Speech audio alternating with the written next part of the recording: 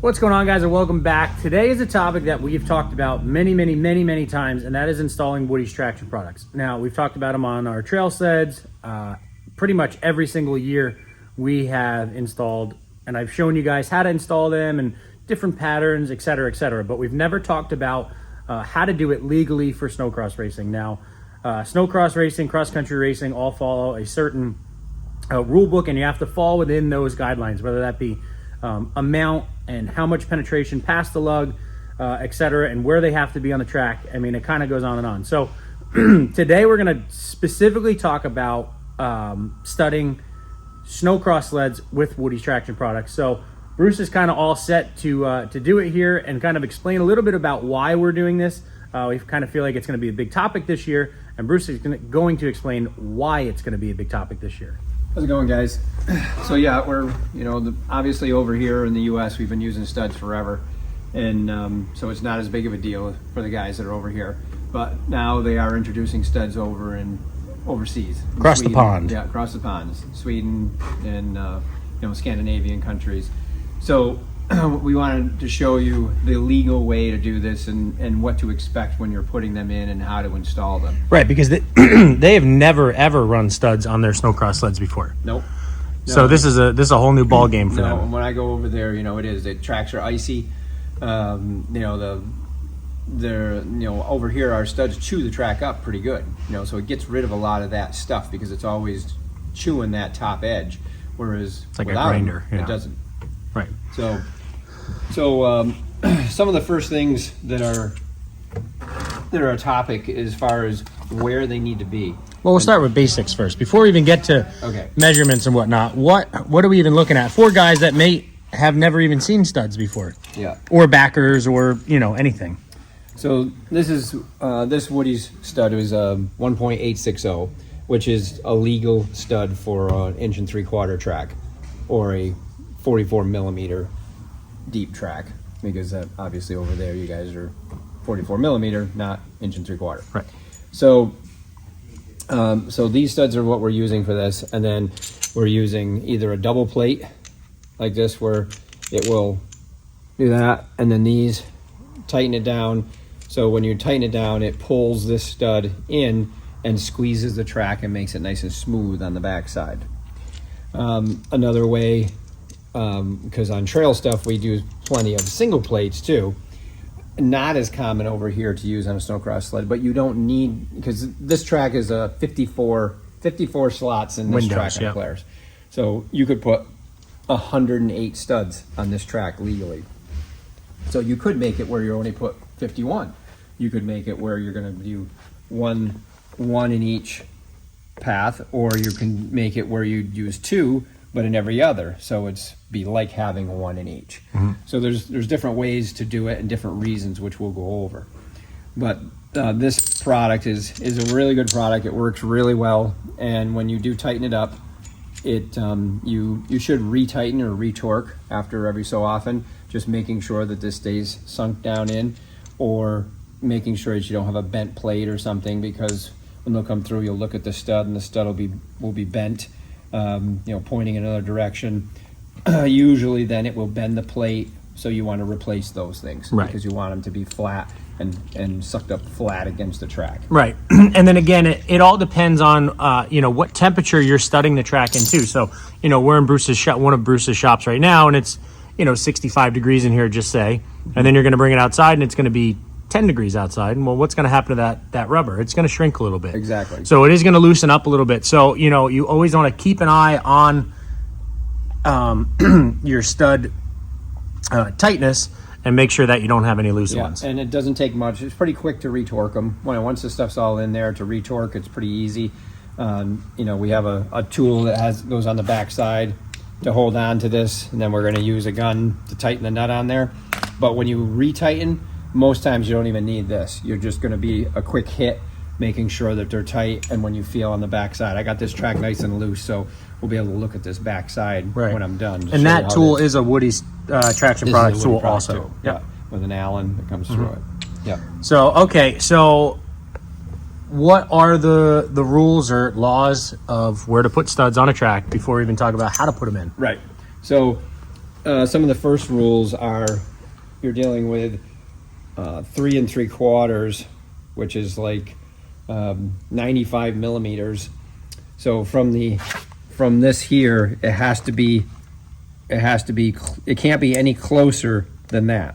So you can't be hugging this or cutting a plate, because there's also a measurement for the edge of the stud too. So what we're going to, Woody's makes this stuff so that it will work and fit properly without modifying it and be legal. So usually what I do is that line that is on the inside of the clip line right here, that mold line, is where I'll set my first plate. So when I check that for the 3 3/4, I'm legal because I'm further than that away.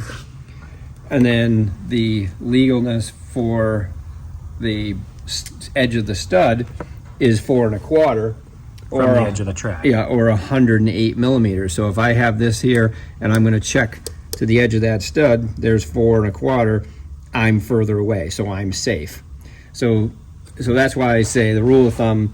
I use that. There's a line on the inside of this clip line. Yeah, you can see it really good in the video. And that's where I start. So that gives me a starting point. Then the other thing is the distance from the lug. One, it needs to be behind the lug. So this is your driving side. So this is paddling the snow. All these studs need to be behind the paddle. If you have somebody marking these and they mark the first one wrong, the whole track's going to be wrong. Right. So you need to pay attention and know, not be looking at it upside down or anything like that. You need to be knowing that this is my drive side. This is paddling it. The studs need to be behind this. So no matter where it is in here, it needs to be hidden behind this. So there's only 3/8 inch of that stud, or about 9 millimeters sticking above that lug, but it needs to be hidden. It can't be sticking out open into the window here. Mm-hmm. So when I'm doing this, I'm marking everything first. My first ones are, like I said, to that line. So that's that side. Same thing on this side against the line. And then when I make my next move, I might move like 6 millimeters or 1/4 inch. So I'm going to move that plate that far, and then you need to be tight against this. You can't be over here like this, so you have this big gap.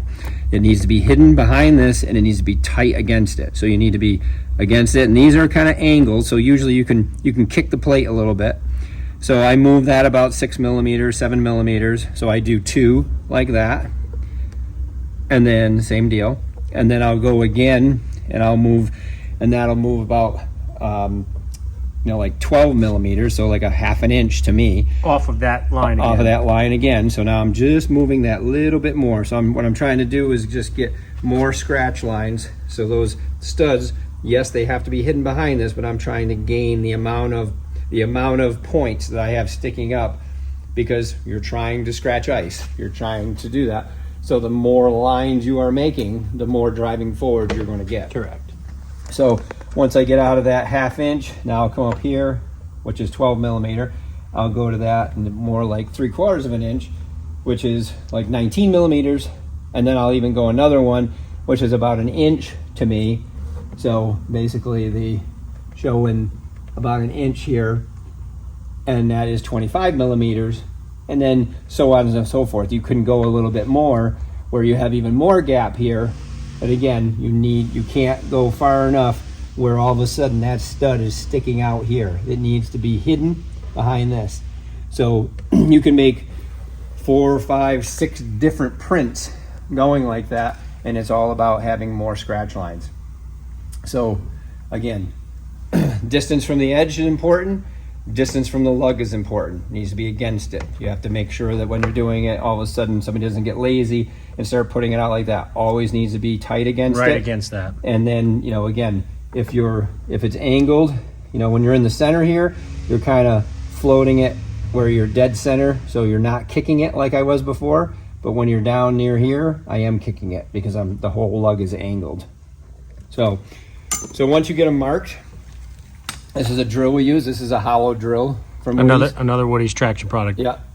So the idea behind this is you need to find that print that I made, you push and you don't pull the trigger. You push hard, pull the trigger. Okay, because if you don't push hard and you pull the trigger, it will walk, because this is just a flat surface drill bit. So you need to find that hole, push, pull the trigger. Okay, sometimes it'll stick the little balls the back in there. You just push them back out again. So now the holes are there. So, and then you need to be looking in here where you're doing it, because if you go all the way up the line, you could drill and then hit a piece of steel on the other side. You don't want to do that. And then it hurts the drill. And the other thing is these drills do get dull. It is definitely worth taking them out every once in a while, and you got a little grinding wheel, and you just spin them right against the grinding wheel so you can feel that nice And it edge. brings them right back to life. Right. Because if you got to push really hard, or you're pushing and pushing, it's one, the drill can walk and you don't want it to, and two, it just takes longer. So again, you line up with that point like that, push hard, pull the trigger, just like that. So Right, and then what you're going to see on the backside, if I could grab one here, push one out, Bruce. These little rubber balls, yeah. So that's what you'll have all over your floor. that you need rubber to sweep pucks. up. Yep, that you got to sweep up, and that the dogs always try and chase after and eat. Yeah. So once you go through and you drill all of them, Yeah, I go through, and again, if you got the track loose, you got your belt off, it's much quicker to move this track, and because it's completely the opposite. You leave the belt on, or you have this really tight, you're working every time you want to move that track. So this makes it a lot easier, and it just makes it easier to, again, just run your hand in there. And there's a lot of room in a snowcross sled because you don't have wheels and everything in the way like a trail sled. But so now if we take this and we push this through like that, do another one, take the plate, put the plate on,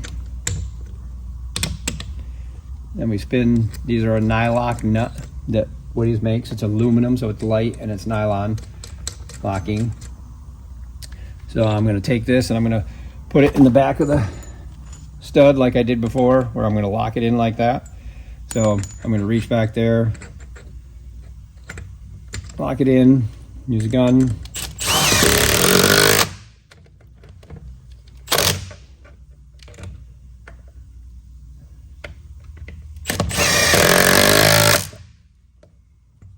So depending on the socket you use. Okay, so when we tighten these up, we're gonna run the camera in here. So like this one, I tightened a little bit more, so it's smooth right here. it's going to be kind of hard to see here. This one I didn't tighten enough, so I can feel that edge out of there. So what I'm gonna do is I'm gonna make sure that I go that little bit. So when you feel it on the back side, it's much smoother because your driver is going to be near there, or a wheel is going to be near there. So it's very nice, very important to have it drawn in nice and smooth. And when they loosen, they'll start to ride out of the track a little bit. That's why I say you need to retighten. So if you do two of these, to a double digger, which is two studs, in each line on a Polaris per se, this is 54 patches. It's legal to run 108 studs. So you could do 2 in every single patch. Right. So And it would be right at the legal limit of the total amount. Right. So we don't have the choice in snowcross to go, okay, well, I'm going to put another one right here, because I don't want to put a stud in every line. I want to have it every other. Well, you can't, because now this is wide open. This is illegal. Okay. So the next one does need to be here. So if somebody doesn't want to use 108 studs, because you don't need to use all of them, you can use 2 here and then say 2 here. So, and then your next one, but when you're doing that and you're going to be going in every other one, you just got to make sure you realize, when you're marking in the beginning, that's what you're doing. You could pre-mark and drill all your holes, because you're certainly going to have holes in there and not have studs in them. It's not a problem. And then if you need to add, you can. Because somebody might say, well, I don't want one in everyone because I want the sled to be able to slide more when I come into the turn. So I'm going to leave a slot open. I'm going to have studs and no studs. And that does work. I mean, That reduces the amount of side bite. That side bite, when you come in a turn, tag the brakes, and you want to go sideways a little bit, it's more of a controlled slide because you do have studs, but at least it makes it a little bit more. It doesn't make it so much bite if you didn't want that. So it's, on a Snocross sled, not quite as noticeable because you got such a big lug, but still it does make a difference. So you could do, again, 2 in every other, like we just talked about. So every other like that. The problem is that you're dealing with, you have a lug on this side and then you have a lug on this side. So realistically, and again, I always use the most amount of studs I can, 108, because I want whole shot, I want traction, and I want braking. Because when you hit that brake with these studs on here, way better than not having studs. So I'm always using everything, so I'm bouncing and doing my pattern accordingly. If you're doing every other, realistically, because of how this is, you are all on one side or all on the other. So you would have to come up with, okay, what am I going to do? Am I going to go like here and here, and then I'm going to leave two open, and then I'm going to go here and here, and I'm going to leave 2 open? That would make more sense. Yeah. I'm just thinking about it because, again, I haven't done it, but this would make more sense. Right. And regardless of what pattern you come up with, it has to be repetitive, because then if it's not, then it's going to be unbalanced. Right.